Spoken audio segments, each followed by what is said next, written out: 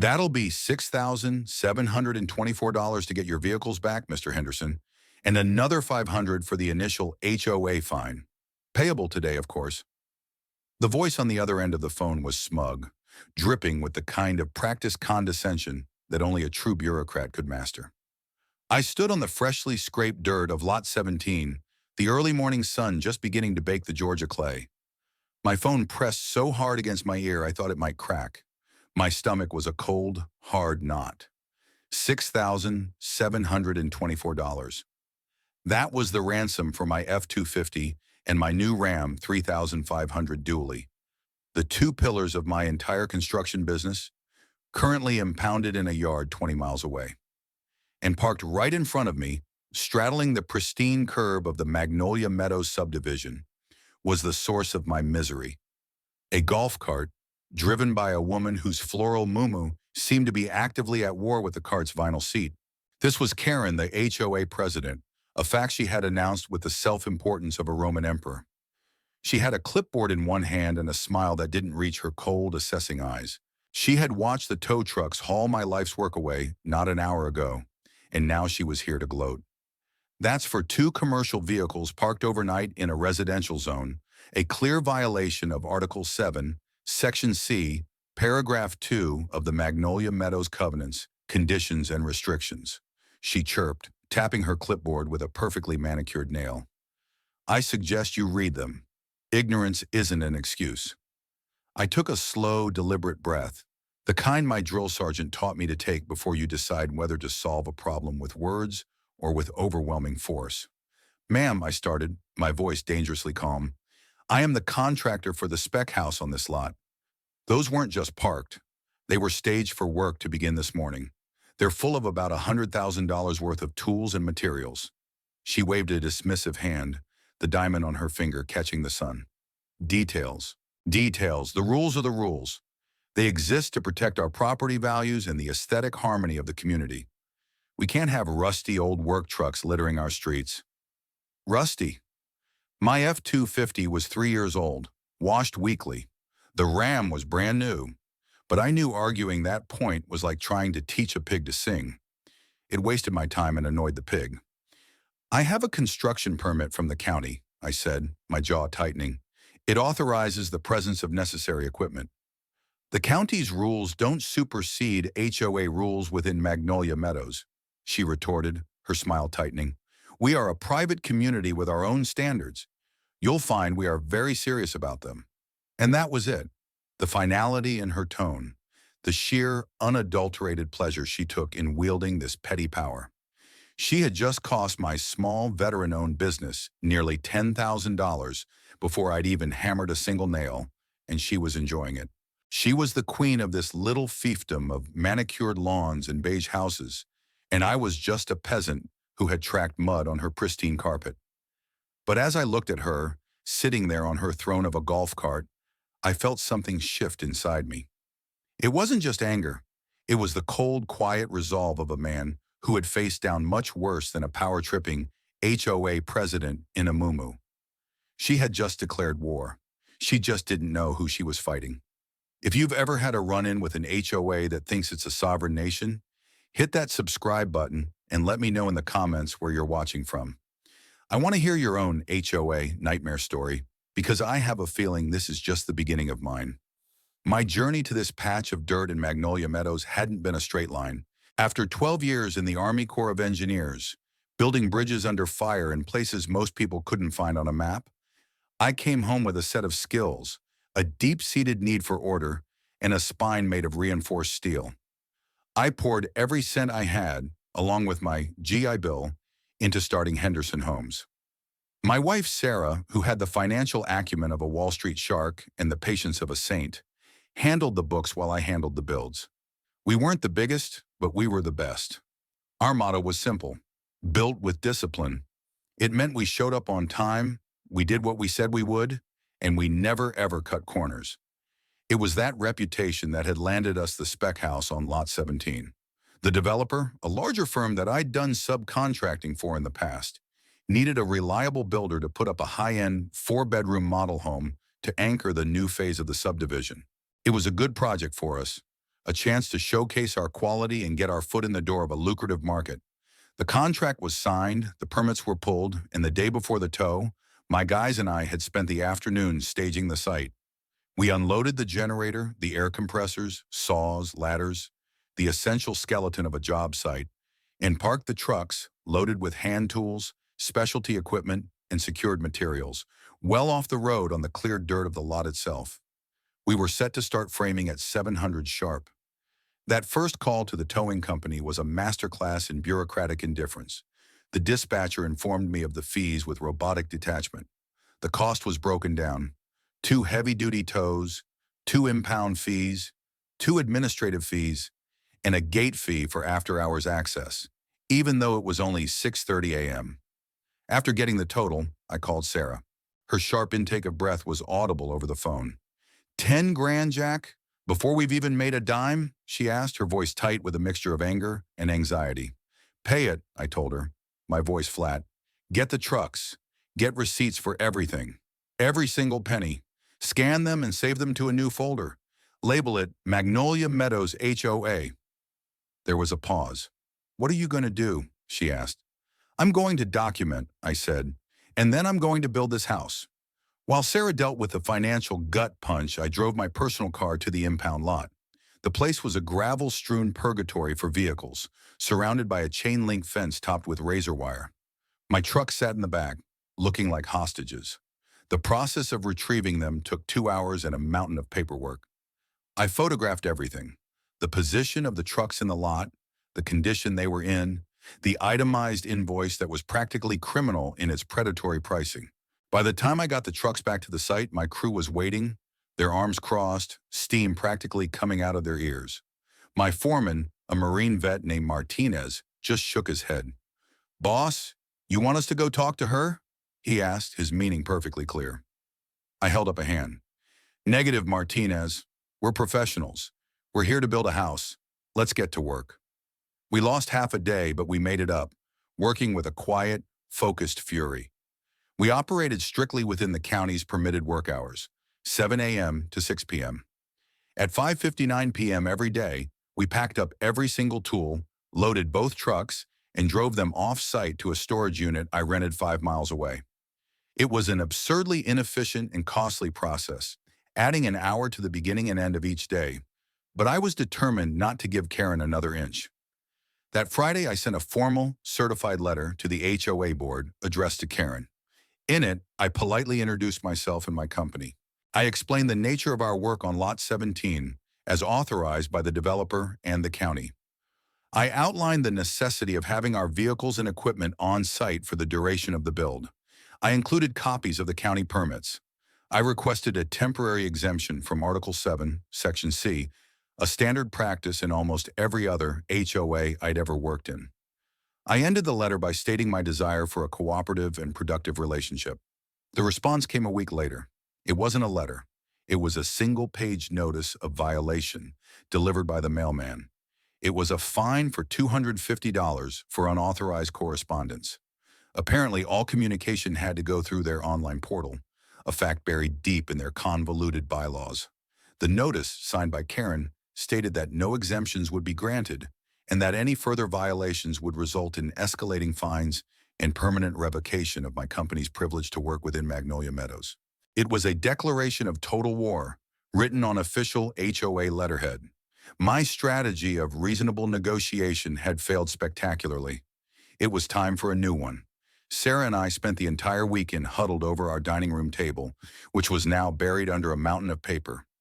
We had printed out the complete Magnolia Meadows covenants, conditions, and restrictions, all 112 pages of dense, mind-numbing legalese. We had the county building codes, the city ordinances, and the state statutes regarding property and towing laws. Armed with highlighters and fueled by black coffee, we dissected every line. Sarah, with her analytical mind, created a spreadsheet cross-referencing HOA rules with municipal law, looking for contradictions and overreaches. I, with my military planning background, started mapping out Karen's operational patterns, her centers of gravity. Her power, I reasoned, came from 2 sources: the perceived authority of the HOA rules and the apathy or intimidation of the residents.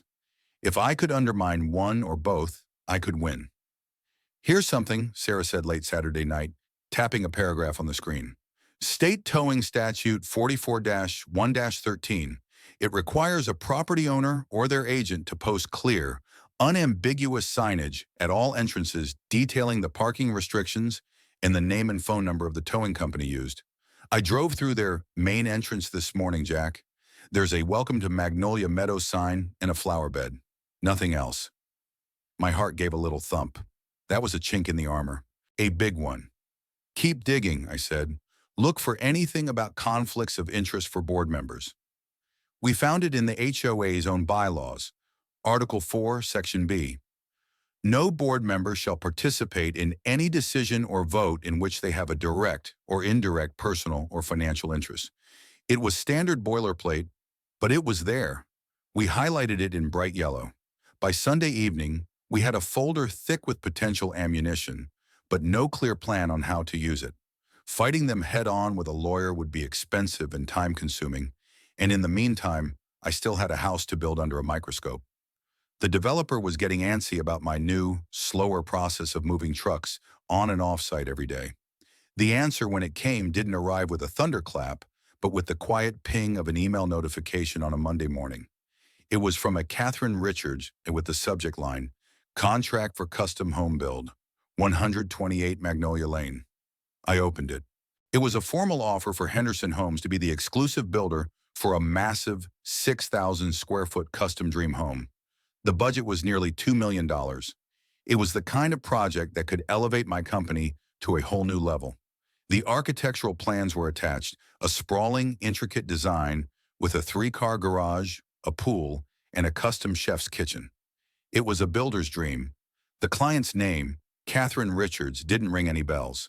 The address, 128 Magnolia Lane, was definitely in the same subdivision, just a few streets over from my current spec house project. I felt a surge of elation. This was huge. I immediately replied, accepting the offer and suggesting a pre-construction meeting to go over the plans in person. Catherine Richards replied within minutes, suggesting we meet at the lot the next day. The next afternoon, I pulled up to 128 Magnolia Lane. It was a prime piece of real estate, a large corner lot backing up to a small lake. A late-model black Mercedes was parked at the curb. As I got out of my truck, the driver's side door of the Mercedes opened. A woman emerged, adjusting her oversized sunglasses. She was wearing a tailored linen pantsuit that probably cost more than my first car. Even from 50 feet away, there was no mistaking her. The self-satisfied posture, the imperious tilt of her head. It was Karen. My blood ran cold. She walked toward me, a bright artificial smile plastered on her face. "Mr. Henderson, so glad you could make it," she said, extending a hand. "I'm Catherine Richards, but please call me Karen." The world seemed to slow down. My mind raced, connecting the dots with the speed of a supercomputer. Karen Richards, my new multi-million-dollar client, was also Karen, the HOA president who had just cost me $10,000 and declared my business an enemy of the state. She clearly had no idea I was the same contractor she was currently tormenting over on Lot 17. To her, Henderson Homes was just a name on a list of high-end builders, the one her husband probably insisted on because of my reputation for quality. I was an anonymous vendor for her dream house, and simultaneously, the grubby rule breaker she needed to squash in her role as HOA queen. The irony was so thick I could have choked on it. I shook her hand, my face a mask of calm professionalism. "It's a pleasure, Mrs. Richards," I said, my voice even. "I've reviewed the plans. It's a beautiful home." Inside, a plan began to form, cold, clear, and methodical. This wasn't a problem anymore. This was an opportunity. She had just handed me the rope. All I had to do was let her hang herself with it. Driving away from that meeting, I didn't feel anger. I felt a profound, almost zen-like clarity. The universe had just handed me the ultimate trump card. Karen, in her dual roles as my tormentor and my client, had created a fatal weakness for herself, a glaring, undeniable conflict of interest. She had also given me the perfect leverage, her dream home. The very symbol of her status and success in this community was now in my hands. I called Sarah the moment I was clear of the neighborhood. "You are not going to believe this," I said, and laid it all out. There was a long silence on the other end of the line. "Oh, this is beautiful," she finally whispered, the admiration in her voice palpable. "This is poetic justice served up on a silver platter. So what's the plan, Jack? Do you tell her? Do you walk away from the job?" "No," I said, a slow smile spreading across my face. "We do neither. We sign the contract, we take her money, and we build her house." "But how?" Sarah asked, confused. "We're going to become the most rule-abiding, by-the-book, pain-in-the-ass contractor this HOA has ever seen," I explained. "We're going to use her own obsession with the rules against her. We're going to build her house with malicious compliance. Every single line item in that 112-page book of nonsense she worships. We're going to follow it to the absolute most literal and inconvenient interpretation possible. We're going to document every single interaction, every request, every delay that she causes, both as our client and as the HOA president. We're going to build a case so airtight that by the time we're done, she'll either have a nervous breakdown or beg us to stop." Sarah was quiet for a moment, then she let out a low laugh. "Jack, that's diabolical. I love it." The next day, I formally signed the contract with Mr. and Mrs. Richards. Her husband was a quiet, mild-mannered man who seemed content to let Karen run the show. He signed the checks and nodded along. Karen was practically vibrating with excitement, going on and on about the custom Italian marble for the master bath and the Sub-Zero appliances. I just smiled, nodded, and made meticulous notes. My first move was subtle. The HOA covenants, as I now knew by heart, required a detailed architectural review committee submission for any new construction. Most builders submitted a basic package. I submitted a 300-page binder. It included not just the architectural plans, but detailed schematics for the plumbing, electrical, and HVAC systems. I included soil sample reports, a hydrological survey for drainage, a list of every single proposed material down to the brand of drywall screws we would use, and a 20-page environmental impact statement on the potential for dust and noise. I then formally requested, via the official HOA portal, a written clarification on 17 different points where the covenants were ambiguous. For example, Article 9 stated that all exterior paint colors must be from the approved palette. I requested a physical swatch of every approved color, along with its official Pantone and RGB code, to ensure a perfect match. Article 6 mentioned harmonious landscaping. I requested a pre-approved list of all acceptable species of shrubs, trees, and flowers, including their required planting density and maximum mature height. The response from the Architectural Review Committee, which I knew was chaired by Karen, was a flustered email saying my submission was unnecessarily detailed and that they would review it in due course. I replied immediately, stating that per my contract with Mrs. Richards, I could not break ground until I had received full, unambiguous approval from the HOA, as I would not want to risk any fines or work stoppage orders that would delay the project and increase costs for my client. I CC'd Karen's personal email on that one. The first delay was officially logged. My next move targeted the spec house on Lot 17. I continued my routine of moving the trucks off-site every evening. Then I received another violation notice. This one was for improper storage of construction materials. A pallet of roofing shingles, delivered that afternoon and scheduled for installation the next morning, was sitting on the lot. The fine was $100. I paid it immediately. Then I went to the HOA portal for Karen's project and submitted a request for material storage protocol. In it, I detailed the incident on Lot 17 and requested a written, board-approved procedure for the delivery and temporary storage of materials for 128 Magnolia Lane. Could materials be left overnight? If so, for how long? Did they need to be covered? Did the type of material matter? Did a pallet of lumber have different rules than a pallet of bricks? The absurdity was the point. I was forcing Karen, as HOA president, to create rules that would then directly and negatively impact Karen, the homeowner. Her desire to punish the contractor on Lot 17 was now creating bureaucratic hurdles for her own dream home. Her two worlds were on a collision course, and I was making sure the impact would be spectacular. The game had begun. The first tangible sign of Karen's growing frustration came about 3 weeks into the charade. The Architectural Review Committee, after much back and forth, finally approved my binder of plans for her house, but with a list of stipulations so petty it was almost comical. One of them was that all construction vehicles, my trucks, my crew's personal vehicles, concrete mixers, delivery trucks, had to park on the street, not on the dirt lot itself, to prevent unsightly mud tracking. This was, of course, a direct contradiction to the reason she'd had my trucks towed from Lot 17, where I had parked on the dirt. I didn't question it. I simply printed out the stipulation, highlighted it, and added it to my file. Then I began my campaign of malicious compliance in earnest. The first phase of building a house is the foundation, which requires a flurry of activity: excavation, form setting, plumbing rough-ins, and then the big one, the concrete pour. A concrete pour is a carefully orchestrated event. You have a crew of finishers, a pumper truck, and a parade of concrete mixers that have to arrive in a steady, uninterrupted stream. Any delay can ruin the entire pour, costing tens of thousands of dollars. On the morning of the pour for Karen's foundation, I had my crew ready at 7 a.m. sharp.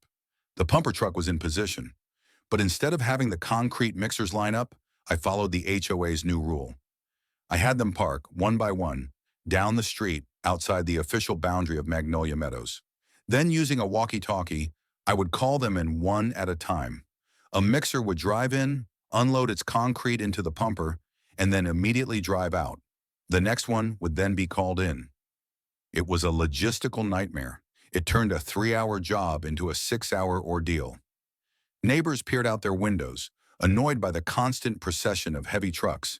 Karen herself called me 3 times. "What is taking so long, Mr. Henderson?" she demanded, her voice tight. "My husband took the day off to watch the pour." "I do apologize for the delay, Mrs. Richards," I said, my voice dripping with false concern. "We are following the HOA's parking regulations to the letter. We have to bring each truck in and out individually to avoid having more than one commercial vehicle on site at a time and to ensure they don't remain stationary for too long. The last thing I want is to incur a fine that would be billed back to you. I'm just protecting your investment." There was a sputtering on the other end of the line. She knew she was caught. As president of the HOA, she couldn't very well tell me to ignore the rules she herself had championed. As my client, she was furious that her project was being delayed by those same rules. She hung up without another word. The cost overrun for the concrete pour, due to the extra hours for the trucks and the crew, came to just over $3,000. As per our contract, I submitted the change order to her and her husband with a detailed explanation of the cause: compliance with HOA mandated parking restrictions. Her husband signed the check, but I heard through one of my suppliers that the argument at the Richards household that night was loud enough to be heard down the street. I use this tactic for everything. The HOA rules stated that dumpsters could not be kept on site for more than 7 days. Most builders get a large dumpster and have it emptied every few weeks. I ordered the smallest possible dumpster. It filled up in 2 days. I would then call the company, have them haul it away, and bring an empty one. This happened 3 times a week.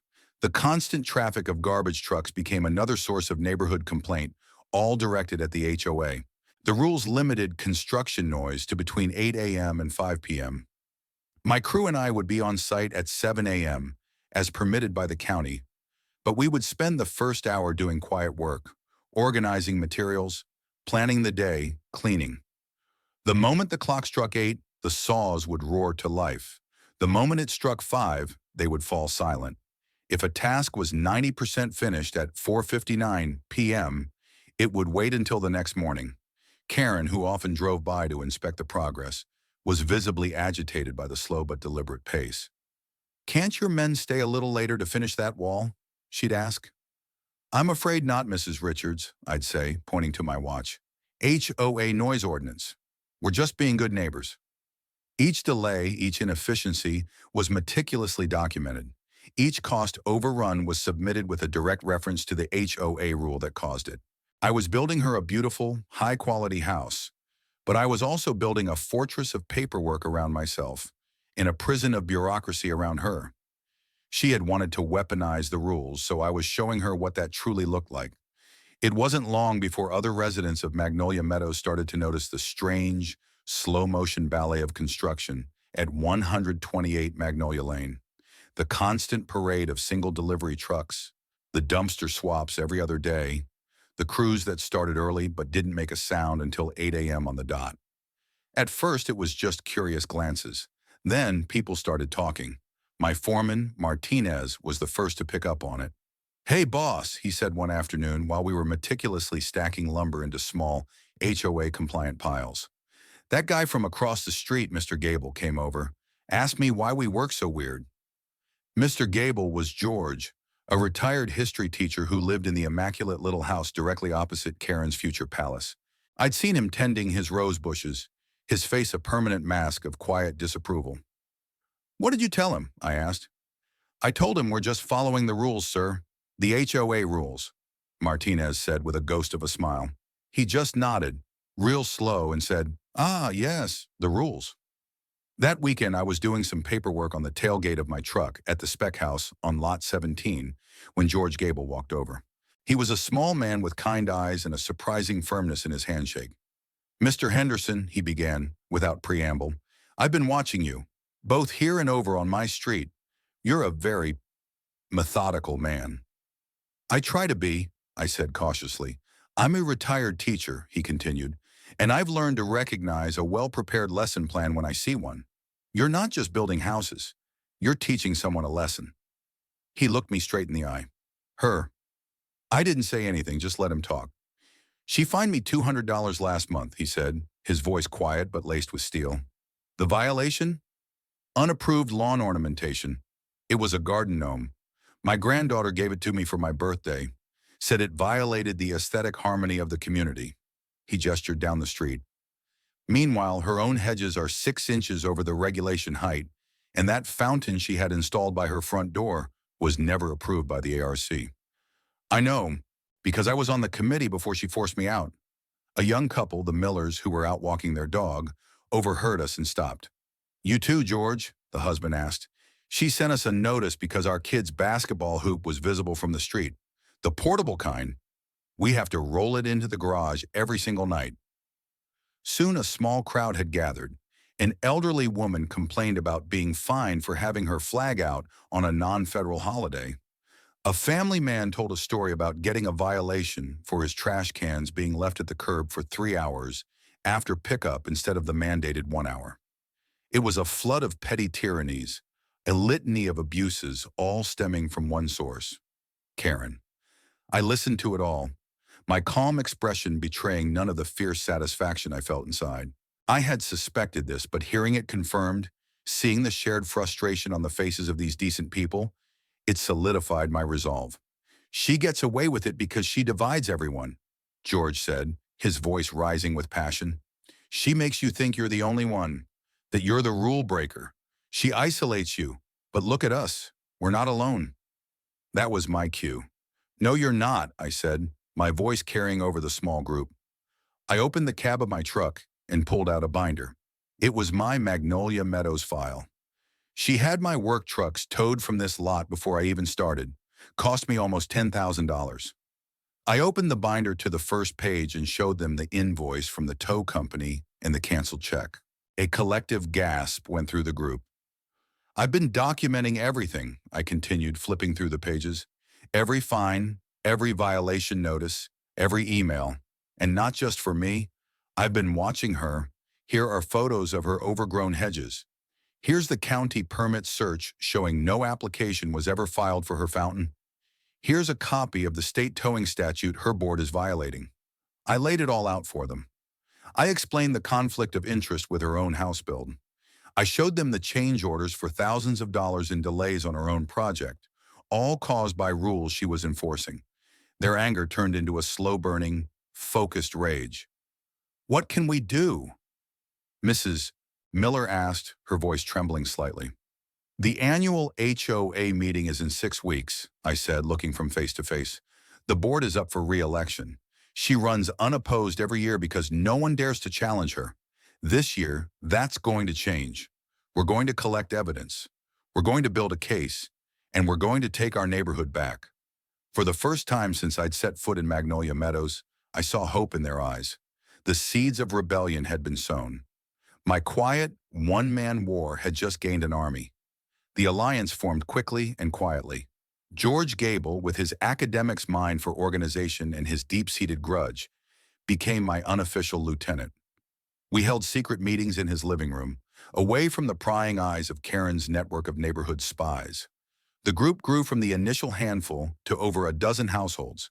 Each came with their own story of harassment, their own folder of fines and violation notices. Sarah built a secure, shared online drive where everyone could upload their evidence. Dated photos, scanned documents, and written affidavits. The pattern that emerged was damning. Karen's enforcement was wildly inconsistent. Friends of hers could get away with anything, while anyone who had ever crossed her was subjected to microscopic scrutiny. A particular focus was her relationship with A1 Priority Towing, the company that had impounded my trucks. We discovered they were the most expensive service in the county and that they had an exclusive contract with the HOA signed by Karen without a competitive bidding process. A little more digging by one of our members, an accountant, revealed that the owner of A1 was Karen's brother-in-law. The conflict of interest was staggering. While my new intelligence network gathered ammunition for the HOA meeting, I focused on my own front. The construction of Karen's house. I needed a legal framework for what was to come. I called in a marker from my Army days. My old platoon leader, Dave Serrano, had left the service a few years after me and gone to law school. He was now a partner at a litigation firm in Atlanta, a shark in a pinstripe suit who loved a good fight, especially against a bully. I drove into the city and laid the whole story out on his polished mahogany conference table. The towing, the fines, the malicious compliance, the dual roles, the conflict of interest, the community alliance. He listened intently, a slow, predatory grin spreading across his face as I spoke. "Jack, my man," he said when I finished, leaning back in his chair. "This is not a case. This is a work of art. It's beautiful." He walked over to a bookshelf and pulled down a thick legal volume. "Let's talk strategy. The towing is a clear violation of state law. We can sue the HOA and the tow company for damages, predatory towing, and legal fees. That's the easy part. The conflict of interest is our hammer. As HOA president, she has a fiduciary duty to act in the best interest of the association. As your client, she's in a contract with you. By using her HOA power to interfere with your work, even on another project, she's creating a hostile environment and arguably breaching the covenant of good faith and fair dealing implicit in your construction contract." "So what's the move?" I asked. "We let her keep digging," Dave said, his eyes gleaming. "Don't tip your hand. Keep building that house, slowly and perfectly. Keep documenting every single thing. Let the community build its case for the HOA meeting. The public humiliation is part of the victory. Then at the precise moment of maximum leverage, when she's been publicly dethroned, we strike. We hit her with a lawsuit and, more importantly, a mechanic's lien on the property." A mechanic's lien. It was the nuclear option for a contractor. It's a legal claim against a property for unpaid work. It clouds the title, making it impossible to sell or refinance the property until the lien is satisfied. "We'll file the lien for the full value of the work completed, plus all the documented costs of her delays," Dave explained. "Then we inform her that due to her breach of contract and creation of a hostile work environment, Henderson Homes is officially walking off the job. Her dream house will become a half-built, legally paralyzed money pit. She won't be able to hire another reputable contractor to touch it until our lien is cleared. She'll be trapped." The sheer, beautiful lethality of the plan was breathtaking. It wasn't just about getting my money back. It was about using the very system she manipulated to turn her dream into a nightmare. I drove back from Atlanta feeling 10 feet tall. The trap was set. The bait was the house itself. Now, all I had to do was wait for the target to walk right into it, and I knew with every fiber of my being that her arrogance would not let her do anything else. The next day on site, Karen pulled up in her Mercedes, a storm cloud on her face. The framing was only up to the first floor, a process that should have taken a week and had now stretched to 3. "This is unacceptable, Mr. Henderson," she snapped, gesturing at the skeleton of her house. My friends are building in another neighborhood, and their house is almost dried in already. Why is this taking so long? I met her gaze with my calmest, most professional expression. I held up my clipboard. Well, Mrs. Richards, let's see. According to my logs, we've had 17 separate weather delays. Weather delays? It's been sunny for 2 weeks, she scoffed. Yes, I replied smoothly. But HOA Rule 11F states that work must cease in inclement weather, which it defines as wind speeds exceeding 15 miles per hour, to prevent dust and debris from blowing into neighboring yards. We've had some breezy afternoons, I continued. Furthermore, the delay in the delivery of the floor trusses was due to our need to schedule a single truck delivery to comply with parking rules, and the inspection was pushed back because the inspector required a full day's notice, and we couldn't be sure we'd be ready on a specific day due to the aforementioned wind-related work stoppages. I showed her the log, each entry neat, precise, and cross-referenced to a specific HOA rule.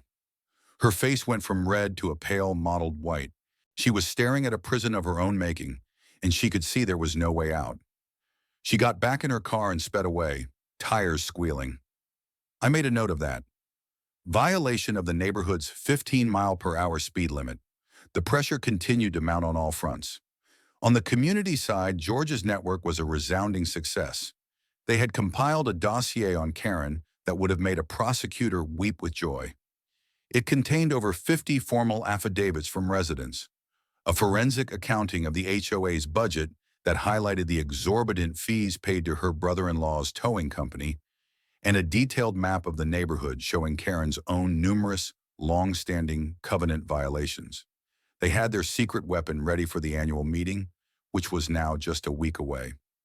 On my front, Karen's frustration was reaching its boiling point. The house was now a shell, framed and sheathed, but progress was glacial. Every step was a battle of bureaucratic attrition. I submitted a 12-page request for clarification on the approved types of window flashing, complete with engineering diagrams. I demanded a formal HOA ruling on whether my plumber's vans, which were smaller than my trucks, were considered commercial vehicles under Article 7. Each request, sent through the official portal, required a response from her and her board, bogging them down in meaningless paperwork and further delaying her own project as they scrambled to invent answers to my absurdly specific questions. The breaking point came on a Tuesday afternoon. A crew was scheduled to install the massive custom windows for the great room. It was a delicate, expensive job. The delivery truck arrived, and as my crew prepared to unload the first window, Karen came screeching to a halt in her golf cart, her face a mask of thunder. "What do you think you're doing?" she shrieked, loud enough for the neighbors on either side to come out onto their porches. "This is a commercial delivery. You did not file a major delivery notification form 72 hours in advance."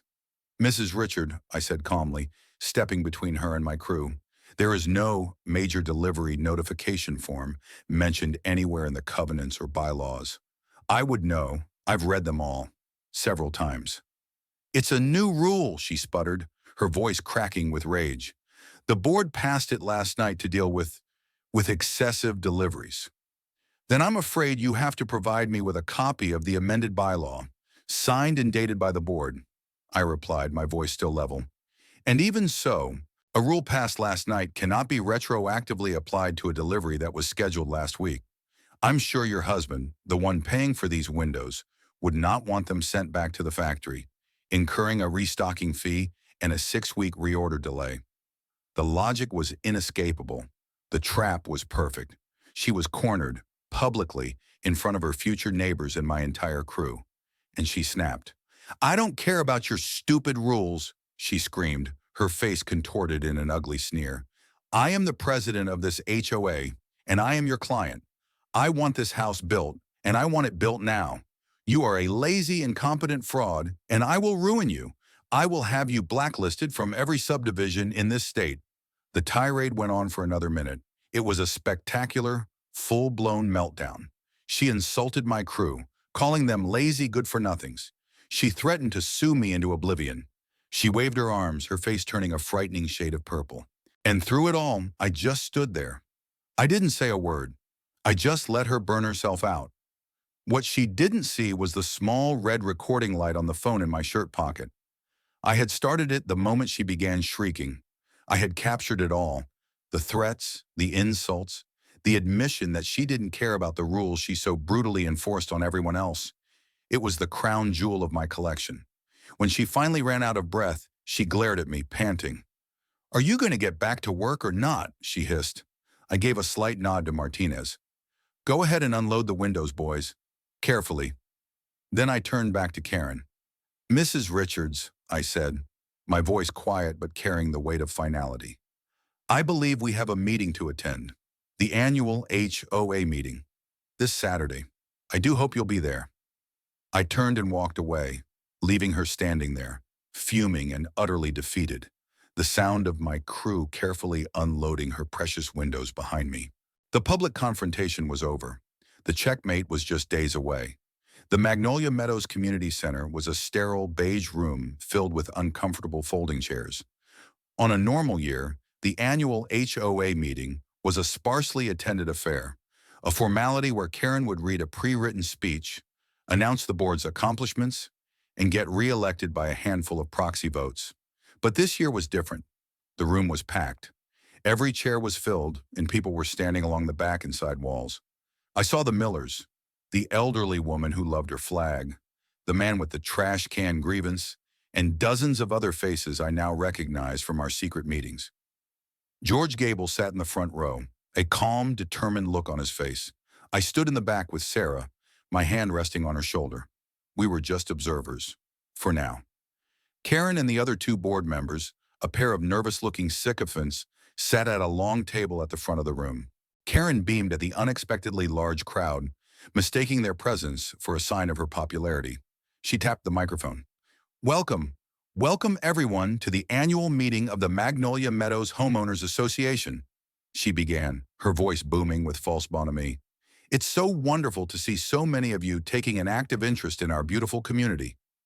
She launched into her speech, a 15-minute monologue of self-congratulation. She talked about how her firm but fair enforcement of the covenants had led to a 5% increase in property values. She boasted about the aesthetic harmony and the unwavering commitment to excellence that her leadership provided. As she spoke, I could feel the collective temperature in the room slowly rising. People shifted in their seats. There were quiet scoffs and exchanged glances. She was oblivious. Finally, she finished. "And so, as we move into the new year, I am proud to once again offer myself for the position of president to continue our great work," she declared with a flourish. "Are there any other nominations?" There was a tense silence. Then George Gable stood up. "Madam President," he said, his teacher's voice clear and steady, "I have a nomination. But first, I have a few questions for the board, if I may." Karen's smile faltered. "Of course, George. This is an open forum." "Excellent," George said, pulling a folder from his lap. "My first question concerns the association's contract with a one-priority towing. Could the board explain why we have an exclusive, no-bid contract with a company that charges, on average, 30% more than its local competitors?" Karen stiffened. "A one provides excellent, prompt service," she said defensively. "We have a long-standing relationship with them." "Is that relationship personal as well as professional?" George pressed. "Could you confirm for the residents that the owner of A1 Towing, a Mr. Frank Schmidt, is in fact your husband's brother?" An audible gasp rippled through the room. Karen's face went pale. That is irrelevant," she stammered. "My next question," George continued, relentless, "concerns a pattern of selective enforcement. I have here," he said, holding up a thick stack of papers, 53 affidavits from residents detailing fines for infractions such as garden gnomes, basketball hoops, and misplaced trash cans. I also have dated photographs going back 6 months showing numerous ongoing violations at your own property, Madam President, for which no fines have ever been issued. Can you explain this discrepancy?" The room was buzzing now. People were murmuring, pointing. Karen was cornered. "This is a personal attack," she cried, banging her gavel. "This is out of order." "I'm not finished," George said. his voice like iron. "My final point is not a question, but a demonstration. It seems the board is under the impression that the rules are for everyone else, that the president can act with impunity, harass contractors, and verbally abuse residents. I'd like to yield the remainder of my time to Mr. Jack Henderson, who has something he'd like to share with the community." Every head in the room turned toward me. I gave Sarah's shoulder a squeeze and walked to the front. I didn't address Karen. I addressed my neighbors. "My name is Jack Henderson," I said simply. "I'm the contractor building the house on Lot 17 and the house at 128 Magnolia Lane. For the past 2 months, I, like many of you, have been subjected to the arbitrary and punitive actions of your HOA president. But unlike many of you, I was in a unique position to see the hypocrisy firsthand. She claims to care about the rules, but here is what she truly believes." I took out my phone and connected it to the portable speaker I had brought. I hit play. Karen's voice, shrill and venomous, filled the room. "I don't care about your stupid rules. I am the president of this HOA. I want this house built now. You are a lazy, incompetent fraud, and I will ruin you." The recording played for a full, excruciating minute. The silence that followed was absolute. No one moved. Karen sat frozen, her face a mask of horror and disbelief. She had been utterly and completely exposed. George Gable stood up again. "I move for a vote of no confidence in the current president and a motion to immediately remove her from the board." "Second," a dozen voices shouted at once. The vote was a landslide. It was nearly unanimous. Karen was stripped of her title, her power, her entire identity in a humiliating public spectacle. She stumbled away from the table, not even bothering to collect her papers, and fled the room. As the door slammed shut behind her, a man in a sharp suit who had been standing quietly by the entrance stepped forward and approached her husband, who looked like he had just witnessed a car crash. It was my lawyer, Dave Serrano. "Mr. Richards," Dave said, his voice calm but firm as he handed him a thick envelope. "You've been served." The aftermath was swift and decisive. In the community center, George Gable was elected the new HOA president by acclamation. His first act was to propose an immediate top-to-bottom review of all covenants, with a focus on eliminating the petty, punitive rules and installing a transparent, fair system of governance. A wave of relief washed over the room. People were smiling, shaking hands, talking to their neighbors, with an openness that had been absent for years. The reign of terror was over. Meanwhile, Karen and her husband were facing a nightmare on two fronts. The documents Dave had served them contained a double-barreled legal assault. The first was a lawsuit against Karen personally and the HOA under her former leadership for illegal towing, harassment, and multiple statutory violations.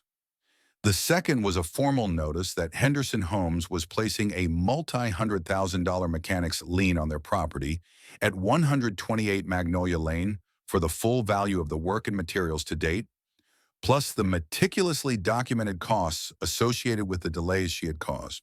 The notice also stated that due to her direct breach of contract, creating a hostile work environment, interfering with construction, and acting in bad faith, we were immediately ceasing all work on the project. Her half-built dream home was now a legal and financial boat anchor. I didn't even have to pack up my tools. They were already packed from the night before. My crew and I simply didn't show up the next Monday. My phone rang off the hook for 2 days. First Karen, screaming and threatening, then her husband, pleading, then finally their lawyer, a man with a tired, defeated voice. They tried to fight it. Their lawyer made blustering threats about countersuing for breach of contract. Dave Serrano calmly responded by sending them a link to the audio recording of Karen's tirade, along with a copy of my 300-page binder of documented delays and the 53 affidavits from her neighbors. The other side went silent. A week later, we were in a settlement conference. It was the first time I'd seen Karen since the meeting. She looked smaller, diminished. The arrogance was gone, replaced by a hollow-eyed exhaustion. Her husband just stared at the table. Their lawyer did all the talking. They couldn't afford a protracted legal battle they knew they would lose. They couldn't sell their current house to finance the new one while it was under a lien. They couldn't hire another contractor to finish the job. They were completely and utterly trapped. The settlement was brutal and efficient. They agreed to pay Henderson Homes the full value of the lien, plus an additional sum for damages and our legal fees. It was a staggering amount of money. The check cleared 3 days later. Sarah and I looked at the new balance in our business account. After paying all our expenses, including a hefty bonus for my crew and Dave's fees, we had not only recouped our initial $10,000 loss, but had made a significant profit. Justice, it turned out, was also good business. The HOA, under George's new leadership, also settled. They paid a fine to the state for the illegal towing practices, terminated the contract with a one-priority towing, and issued a formal apology and reimbursement to me and every other resident who had been improperly fined or towed under Karen's rule. They rewrote the covenants, making them simpler, fairer, and more community-focused. The aesthetic harmony clauses were replaced with common-sense guidelines. The garden gnomes returned. The basketball hoops stayed out. The final piece of the puzzle fell into place about a month later. A for sale sign appeared in front of Karen and her husband's old house. Then another one appeared in front of the half-built shell at 128 Magnolia Lane. They were forced to sell both properties at a loss to cover their debts. They left Magnolia Meadows not with a bang, but with the quiet hum of a moving truck, disappearing from the community they had once ruled. The developer who had hired me for the spec house on Lot 17, having watched the entire saga unfold, was so impressed with my conduct that he offered me the contract to finish the house at 128 Magnolia Lane for the new owners. I accepted. Standing on that same site, now free of toxicity and conflict, felt like a true victory. One afternoon, as my crew and I were putting the finishing touches on the home, a small delegation from the new HOA board, led by George, came by. They presented me with a simple plaque. It read, "To Jack Henderson, for building more than just a house." That evening, I finished up work on the original spec house, the one that started it all. It was finished, polished, and ready for its new family. As the sun set, casting a warm glow over the quiet, peaceful streets of Magnolia Meadows, Sarah pulled up. She got out of the car and wrapped her arms around me. "You did it, Jack," she said softly. "You won." I looked at the house, then at the street full of kids playing and neighbors chatting, and then back at my wife. "We won," I corrected her. I had learned in the Army that you don't fight battles alone. You win because of the person standing next to you. In the end, Karen's obsession with control, with her petty rules and her inflated sense of importance, was her undoing. She thought she was building a kingdom, but she was only building her own cage, and all I had to do was hand her the blueprints and let her get to work.